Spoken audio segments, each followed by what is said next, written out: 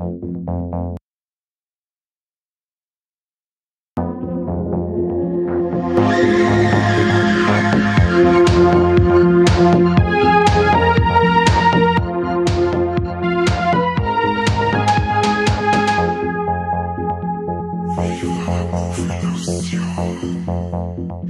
servus und habidere zu einer neuen Folge vom besten bayerischen Filmpodcast der Welt, und zwar dem Viva la Movolution Podcast. Mit mir im virtuellen Studio ist der Kane. Habidere. Mein äußerst bezaubernder Name ist der Mike und wir reden heute über den Film Red Screening. Wir haben den Film beim Hardline Film Festival 2020 zum ersten Mal sehen dürfen und da im O-Ton. Ich habe ihn direkt vor Ort im Kino gesehen und du, meine, hast ihn nur daheim gesehen, gell? Auf der Couch. Genau, da habe ich es mir gemütlich gemacht, habe Füße hochgelegt und dann habe ich mir an Almorir La Matinee angeschaut, wie du mal genau hast. Sehr gut hast du das gemacht, sehr gut, sehr gut. Ja, Logo, stinkfaule Sau, weißt du das eh? Und jetzt kommen wir in den Genuss der deutsch synchronisierten Fassung, weil das Label Periou Le Fou haut den Film jetzt ungeschnitten im Mediabook raus. Und jetzt haben wir gesagt, jetzt reden wir einfach noch ein bisschen über den Film, weil uns der verdammt gut gefallen hat. Ja. Und der Kani darf uns jetzt verzeihen, um was das da geht. Da geht es nicht um viel. Aber es klang. Ja, aber es klang auf alle Fälle. Es ist tatsächlich so, bei dem Film geht es nicht um viel. Es ist draußen regnet wird Sau und dann gehen ein paar Leute ins Kino, in die Nachtvorstellung. Und da ist ja die Anna drinnen, die übernimmt den Abend für ihren Pap, weil den haut so wie um. Vor lauter Husten und ja, wie es so halt so ist, schleicht sich da ein Killer-Ei in das Kino und wie wird er genannt, der Ei-Eater heißt er, Ei-Eater, genau. Weil er gerne Augäpfel isst. Genau. Und ja, der rumpelt halt dann da rein und fängt an, dass er Leute absticht und das war's ja schon an Story. Ja, aber ich würde jetzt mal sagen, das klang da auch. Für so einen Slasher, Schrägstrich, Giallo, klang das. Vor allem bei dem klang's absolut, weil er ja mit ganz anderen Sachen glänzt. Das darfst du glauben. Also, wir haben ja da auch bei dem ganzen Ding Film im Film-Thematik, wo es auch das Ganze immer ziemlich cool macht. Da gibt's auch andere Filme in der Richtung, wie zum Beispiel Demons oder im Augenblick der Angst, die wo das auch machen mit einem Horrorfilm im Horrorfilm. Ja, das Ganze ist auch wegen so aufziehend gespielt 1993 und hat einen total coolen 80s Synthy-Soundtrack, wo es das ganze Retro-Feeling noch total unterstreicht. Ja, ich finde das auch so, also, weil du Demons sagst, habe ich auch erst vor Zeit gesehen, weil ja Netflix hatten ja aus Versehen ins Programm aufgenommen, hätten sie nicht. 2 Tage, oder? Ja, haben es dann relativ schnell gemerkt, Jesus, der ist ja noch in Haft in Deutschland. Und da erinnert der Red Screening schon auch ein wenig dran, weil das Setting Kino halt einfach ziemlich unverbraucht ist und glaube auch nur, also wirklich nicht viele Filme gibt, die das Setting Kino benutzen, macht ihn für mich da gleich ein bisschen besonders. Er macht alles wieder mal mit schönen, handgemachte Effekte. Es ist kein CGI-Scheißdreck dabei, sondern alles Practical Effects und das finde ich, also allein da bin ich voll dabei, weil er da wirklich gut macht. Das schaut richtig, richtig hochwertig aus. Der braucht sich vor keiner großen Produktion verstecken, weil also allgemein was Bild angeht, Sound angeht, Schauspieler machen das einwandfrei und eben halt dann auch die Effekte. Der macht ganz viel aus den, ich glaube, viel Mittel hat er nicht gehabt, ich weiß jetzt nicht wie viel, aber er macht unglaublich viel aus dem bisschen, was er gehabt hat. Voll, sehe ich genauso. Ich möchte noch eine Szene hervorheben, und zwar, da steht einer beim Raucher und raucht da Zigaretten und zirkt gerade an, und dann kommt der Killer, hält ihm den Mund so und schneidet ihm die Gurgel auf und dann kommt der Rauch vom Hals raus. Also voll geil. Also die Idee allein finde ich mega, ist super gut umgesetzt und ich stimme da total zu, also von den Splatter-Szenen her und von den ganzen Effekten top. Schauspieler auch für die kleine Produktion wirklich total gut und was nur positiv zum Erwähnen ist, dass die Charaktere richtig schick geschrieben sind. Ich finde, dass man die Charaktere haben an sich nicht viel Spielraum oder man kennt die nicht, man lernt es nicht stark kennen oder irgendwas, aber so für das Setting und für den Film klangt's und ich finde, dass man die von Haus aus ins Herz schließt. Man mag die Leute und ja, bis auf ein paar Ausnahmen, sage ich jetzt mal, aber ja, so ich wollte gerade sagen, da kommen wir jetzt Kern zurück auf unser Hardline-Schmerz. Da hast du das auch schon gesagt, dass das so tolle Figuren sind, die schließt man ins Herz. Und ich habe da damals schon gesagt, die dämliche Kur, die da drinnen die ganze Zeit raucht, die ist mir so auf die Nerven gegangen. Ja, das stimmt. unglaublich, also schauspielerisch ja natürlich top, weil die eine so überhebliche, arrogante Mistsau spielt. Ja. Und dann hockt sie drin und raucht und dann soll sie Zigaretten ausmachen, dann druckt sie es am Stuhl aus und dann sind sie, leck mich doch am Arsch. Also selten so eine Genugtuung erlebt beim Kill von einer Figur, wie bei der dämlichen Gans. Unfassbar ist mir die auf die Nerven gegangen. Aber sie lässt da einen Handjob rüberwachsen. Das ist sehr lobenswert von ihr. Also, sie ist kann man nichts sagen. Ja, die ist auf ein Date und der Typ möchte anscheinend wirklich den Film anschauen. Das ist wie, wenn du eine zu Netflix und Chill einlotzt und möchtest wirklich einen Film singen und sie fängt an, dass sie auszieht, dann denkst du, was möchtest du nicht, sie möchte den Film singen. So war der Typ da auch, wollte halt wirklich den Film singen und sie hat eigentlich auf was anderes Bock gehabt und dann gibt's halt schnell einen Handjob. Das war ja einzig gute Tat in dem Film, ansonsten ist ein riesiges Rindviech. Gottes, die haben mir jetzt auch kurz vorm Aufnehmen nochmal angeschaut. Nein, geht überhaupt nicht. Hau ab, du regst mich so viel auf der Kur. Aber tolles Schauspiel, was ist das? Auf jeden Fall. Nein, deswegen habe ich gesagt, mit fast alle, also mit dem zentralen Kern für unsere Hauptcharaktere, die mag man eigentlich total gern. Und es beißen dann auch einige ins Gras, wo man es eigentlich vergund hat, dass man es bis zum Schluss sieht. Was auch ziemlich cool geworden ist die deutsche Synchro, muss ich sagen. Also wir haben ganz weit weg von so einer Porno-Synchro, Schnellschuss-Scheiße. Die ist richtig hochwertig gemacht. Es war sicherlich nur wegen einer Luft nach oben, aber so vom ganzen Ding her finde ich das total passend. Das hat man auch gedacht, weil auf das war ich auch schon sehr gespannt, wie die Synchro rüberkommt. Und die ist einwandfrei geworden, also passt perfekt. Und ja, wenn einer sagt, nein, mir passt nicht, dann schalt um in den Originalton, dann hast du immer noch die Möglichkeit. Genau so schaut's aus. Aber wir haben ja eben, was vor allem so kleine Horrorproduktionen angeht, wissen wir ja, dass da die Synchros oft einmal sehr zu wünschen übrig lassen. Aber in diesem Fall einwandfrei. Also. Einwandfrei. Und was ich auch noch sehr stark finde, das ist, dass der Regisseur... Der Maximiliano Contenti. Ja, sehr gut, sehr gut. Immer gut, wenn ich die am Start habe. Ja, ich bin gern dabei als der Sidekick. Bei dem Maximiliano? Bei Maxl, sage Maxl. Bei Maxl kennt man auf jeden Fall, wo er seine Inspirationen her hat. Und zwar sieht man da im Film einiges im Foyer oder in dem Vorführraum an Posterhänger. Und da kommen so ein paar so Kandidaten wie vom Dario Argento Opera oder ein Indiana Jones Poster. Es liegt der VHS rum vom Exterminator oder so ein kleines Plakat von Planet des Schreckens, Galaxy of Terror. Finde ich total cool, wenn einer sagt, okay, die Filme liebt er und den soll da in dem Film stückweise ein Tribut, wenn man auch sieht, zum Beispiel bei manchen Kills, es geht auch hauptsächlich um Augen, wie das Cover schon sagt, vom Mediabook oder wie der Killer schon heißt und so. Es geht hauptsächlich um die Entfernung von Augen, wo man auch sagen muss, da ist viel Anlehnungen an Fulci, ich sag nur der New York Ripper oder Voodoo, Schreckensinsel der Zombies, oder dann Argento, wo wir wieder bei Opera sind und so. Also finde ich schön, dass man da sieht, was er inspiriert hat und was er zu dem Film verleitet hat.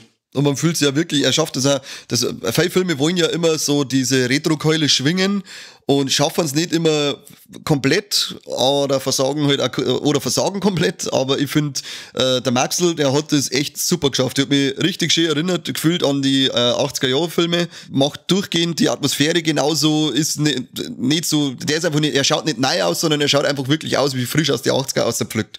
Und das finde ich richtig geil bei dem. Total. Und ich muss auch sagen, ich habe jetzt schon vor ein paar Seiten eben erklärt, die wo den Film ankreiden zum Beispiel, weil es heißt, ja, das sind Morde im Kino, wie wenn ich das nicht mitkriegen darf, dass da neben mir jemand umgebracht wird. Jetzt muss ich aber sagen, das Kino, der Saal ist auf 2 Etagen aufteilt und da ist halt einfach finster.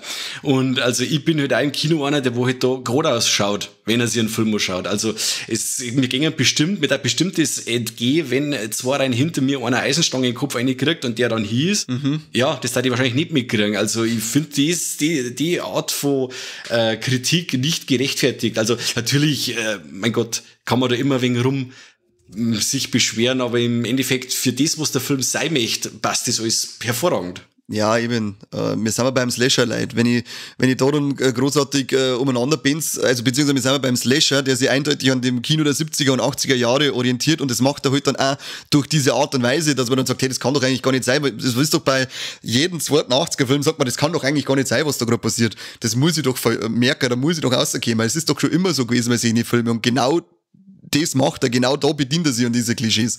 Und sehe ich in dem Fall nicht als Kritikpunkt, sondern da ihm sogar noch zugute halten, dass er sogar diese Art und Weise von Unlogik in Anführungszeichen mitnimmt. Ja, da gehe ich mit, auf jeden Fall. Und die Eisenstange, das ist ein schöner Kill gewesen mit der Stange. Oh, die Eisenstange ist stark. Auch. Ja, also wie gesagt, also jeder Kill, wie du sagst, jeder Kill, saugeil gemacht, total kreativ und ja, es sind ein paar richtig eklige Szenen dabei. Oh, aber hallo, ja, pfui Teufel. Wir haben damals, glaube ich, in unserem Hotline-Podcast noch spekuliert gehabt, ob der Uncut bei uns kommen wird. Aber wenn es euch da entschließt, das Teil zum Kaffee oder wenn wir euch da das Maiwasserig machen mit unserer Schmatzerei, dann seid gewiss, dass das Teil ungeschnitten bei uns rauskommt, bei der FSK 18. Ja, aber also wenn es in der Uncut 3 von Peru Le Fou kommt, dann sagt ja der Titel schon. Das stimmt, richtig. Übrigens, aber super schönes Mediabook, muss man auch mal kurz ankreiden, wollte ich jetzt schon sagen, ja. Passt mir überhaupt nicht, dass ihr so ein schönes Mediabook bringt. Pui, pui, pui. Nein, super schönes Mediabook mit einem unglaublich tollen Cover, das gefällt mir richtig gut. Voll, ja. Das sehe ich genauso. Und ich glaube, das ist der beste Film in der Uncut-Reihe seit Puppet Master für mich. Ja, da gehe ich mit. Also das ist ein wenig, ja, beliebig geworden, die Reihe, weil da haben wirklich, die Reihe hat ja wirklich mit so Hochkaräter angefangen wie... Brutal. Ja, wie hat er geheißen? Race, Daddy's Little Girl. Daddy's Little Girl, genau. Nein, Race, der Weiberschlägerfilm, genau. Ja, genau. Silent Night, Deadly Night, oder? Hat er geheißen? Ja. Leise rieselt der Schnee. Ja. Was haben wir da? Let Us Pray, ganz großes Kino gewesen. Also die ersten 6 Sim-Dinger, die waren richtig Bombe und dann ist für mich, ehrlich gesagt, auch ein bisschen, wie du sagst, willkürlich geworden oder scheint zumindest ein bisschen willkürlich so an Filmauswahl. Da waren nicht mehr so die Hochkaräter dabei. Dazwischen dann nochmal der Kotze, Pisse, Wichse, Scheiße-Film. Ach, The Night of the Virgin. Ja, genau, Night of the Virgin war dann nochmal so eine Perle, wenn man sowas mag. Und dann war für mich eigentlich der nächste schon erst wieder der Puppet Master. Und jetzt eben Red Screening ist für mich, der reiht sich für mich qualitativ zu den ersten 5, 6 Filmen ein. Auf jeden Fall. Nein, kann ich da nur zustimmen. Der taugt mir richtig stark. Und Mediabook steht schon im Regal bei dir. Auf jeden Fall. Ich hoffe, dass wir noch Amaray kriegen, weil ich möchte mir noch anschauen. OVP-Freak, du. Ja, lass mich in Ruhe. Was ich auch ziemlich cool finde, also die ganze Action von dem Film spielt sich nicht nur eben in dem Kinosaal ab, sondern wenn dann irgendwann einmal der große Payoff ist und es wird gewahr, dass quasi sich da einer rumtreibt, der wo Schindluder treibt und die Gäste dezimiert, dann stellt sich quasi heraus, dass das Kino an sich total abgeriegelt worden ist und dann kommt da so ein richtig cooler Belagerungszustand auf, wie man es bei den alten Carpenter-Filmen kennt. Und das finde ich immer super, wenn jemand mit einem Killer eingesperrt ist, man kommt ums Verrecken nicht raus, man ist in einem Setting gefangen, wo man sich nicht auskennt, also außer im Kino, das Foyer, der Saal, das Klo vielleicht noch, aber wie es dann weitergeht mit Vorführraum und. Ja, finde ich total cool, wenn dann sie die Opfer vom Killer verstecken oder davorlaufen und so dahin irren und der Killer einfach unaufhaltsam den Opfer hinterhersteht. Genau, man eigentlich nie weiß, selber weiß man nicht, wo man ist und der Killer hat ja gefühlt immer einen Grundriss auswendig gelernt. Das stimmt. Und wir haben unser allseits oder mittlerweile allseits, beziehungsweise seit 2 Folgen allseits, jetzt sage ich es nochmal, jetzt habe ich 3-mal allseits gesagt, jetzt habe ich es 4-mal gesagt, okay, jetzt hör auf. Auf alle Fälle, wir haben auch unser Foreshadowing wieder dabei bei dem Film. Yay! Oh yeah, Foreshadowing. Am Anfang wird ja das Horoskop vorgelesen und in dem heißt es dann, was ist die? Steinbock? Ja, ich glaube Steinbock oder was? Weiß ich nicht. Wurscht, auf alle Fälle liest ihr dann vor, dass an dem heutigen Tag, egal was ihr für Leid passiert und so weiter, sie muss da aber selber durch und selbst als Opfer von jemand anderem wird wird ihr da nicht helfen. Und das ist schon wieder so Foreshadowing aufs Finale dann. Das tritt nämlich dann auch so genauso ein, wie es er da vorliest, ohne dass wir jetzt noch tiefer da drauf einspoilern. Aber gerade, dass ihr es wisst, hört kurz zu, wenn er das Horoskop vorliest. Das ist wichtig wie im echten Leben. Nichts wichtiger als das Horoskop, das wisst ihr ja. Richtig. Das ist wie der Wandteppich bei Midsommar. Ganz voll mit Foreshadowing. Ja, genau. So ist das Ding. Wir haben vorher schon eine Folge aufgenommen mit einem Gast und dann sind wir mal wieder über eine Stunde gekommen und dann ist mir eingefallen, dass wir irgendwann mal versprochen haben, dass wir nicht so lang euch vollsalzen wollen, sondern es sollen ja kurz und knackige Sachen werden und die Folge kann man sogar diesmal wieder kurz und knackig halten, weil ich finde, zu dem Film kann man nicht recht viel mehr sagen. Na, man kann wirklich nicht mehr sagen, man kann ihm noch eine volle Empfehlung aussprechen und wirklich, geht's raus, holt euch das Teil und habt Spaß damit. Wer Filme wie The Editor von Astron 6 mag oder sowas in der Richtung, so einen richtig coolen Retro-Scheiß, hat's genau richtig. Genau, aber vorher sagst uns du noch, Mike, was gefällt dir besonders gut und was gefällt dir nicht so an dem Streifen? Weil ich habe eigentlich jetzt nur geschwärmt, also besonders gut, dass wir wirklich wieder mal einen Slasher haben, einen Standalone-Slasher, der wo richtig auf die 12 gibt, bei dem die Charaktere nicht total scheißegal sind, wo es wirklich nur auf der Couch sitzt, späßt dich nur mit dem Handy, weil die Charaktere eigentlich wurscht sind und schaust dann gerade noch für die Kills auf die. Ja, es macht total Spaß. Ja, mir gefällt der Film wirklich verdammt gut. Für das, was er sein möchte, ein richtig kleiner, dreckiger Slasher-Giallo, das ist er und das macht er gut. Was mir nicht gefallen hat, das ist, das ist jetzt so ganz, die ist aber mit einem Scheiß, das gefällt mir nicht. Ja, der Corby ist halt nicht, der Corby ist halt nicht dabei, so kann man es einfach überspringen. Der zwingt uns aber wieder dazu.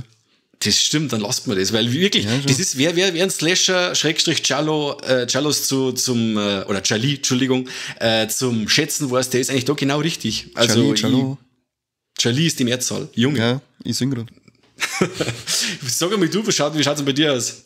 Ja, ich finde auch, wie du, voll geil. Mir gefällt es, dass wirklich nur handgemachte Effekte hergenommen worden sind und nicht irgendwo nur ein wenig ein großartiger CGI-Scheißdreck eingebaut worden ist, sondern der einfach ein grundsolider Slasher als Hommage an 70er und 80er Jahre ist und nicht mehr sein Mech, und dem ist er sich bewusst und das macht er zu 100% richtig, ohne irgendeinen Aussetzer für mich. Stark. Und in dem Fall bin ich auch so, dass ich sage, da gibt's für mich nichts Schlechtes, weil der unterhält mich durchgehend. Also Corby, leck mir am Arsch, ich sage überhaupt nichts Schlechtes diesmal, du kannst mich mal. Ich habe wirklich beim zweiten Mal schauen, habe ich jetzt im Vorfeld ein wenig Schiss gehabt, weil, wie gesagt, ich habe ihn damals im Kino gesehen mit der ganzen Festivalatmosphäre und so, ja. Und da zünden halt solche Filme dann ab 22 Uhr so richtig, wenn's da voll auf die 12 gibt und die Filme auf das reduziert sind, wo es sein wollen.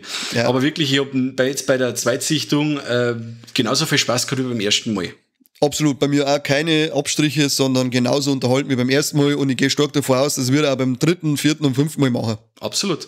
Wie schaut's denn dann mit unseren 3 Ts aus? Ja, weiß ich nicht, musst du mich fragen. Ja, Junge, wie schaut's denn aus? Sag mal Titten. Na, keine Titten. Ah, okay. Sag mal tote Tiere. Keine toten Tiere. Wow. Sag mal männliche Trompeten entblößte. Na, weil der Handschuh passiert in der Hosen. Oh Mann. Wenn jetzt Leute sagen, wie kann denn der Film, wie kannst du den empfehlen, wenn der von den 3 Kriterien keinen einzigen erfüllt? Ich weiß auch nicht. Das müsst ihr selber rausfinden. Ja, vielleicht haben wir gelungen, vielleicht ist es eigentlich nur ein Scheißtrick. Oh. Vielleicht haben wir an der Twilight Zone. Ja, genau. Okay. Jetzt hast du einen Schlaganfall gehabt, oder? Vollgas, jetzt hast du mich direkt vom Stuhl aber. Nein, passt. Ich glaube, dass wir alles gesagt haben. Wir sagen mal nochmal vielen Dank Wir sagen mal nochmal vielen Dank an Pierrot Le Fou, die wo uns da einen Screener zur Verfügung gestellt haben. Wir haben wieder richtig Spaß gehabt und ich hoffe, ihr habt viel Spaß mit uns. Schaut öfters einmal vorbei, dort uns liken, teilen, schreit es aus, sagt es euren Leuten in der Arbeit, sagt es euren besten Freund und denen einen Freund. Und ja, hört beim nächsten Mal wieder einer, wenn es heißt Viva la Movilusion, der Filmpodcast. Der beste Filmpodcast. Oh, Entschuldigung, der beste Filmpodcast. Servus, pfiat euch. Dankeschön und ciao.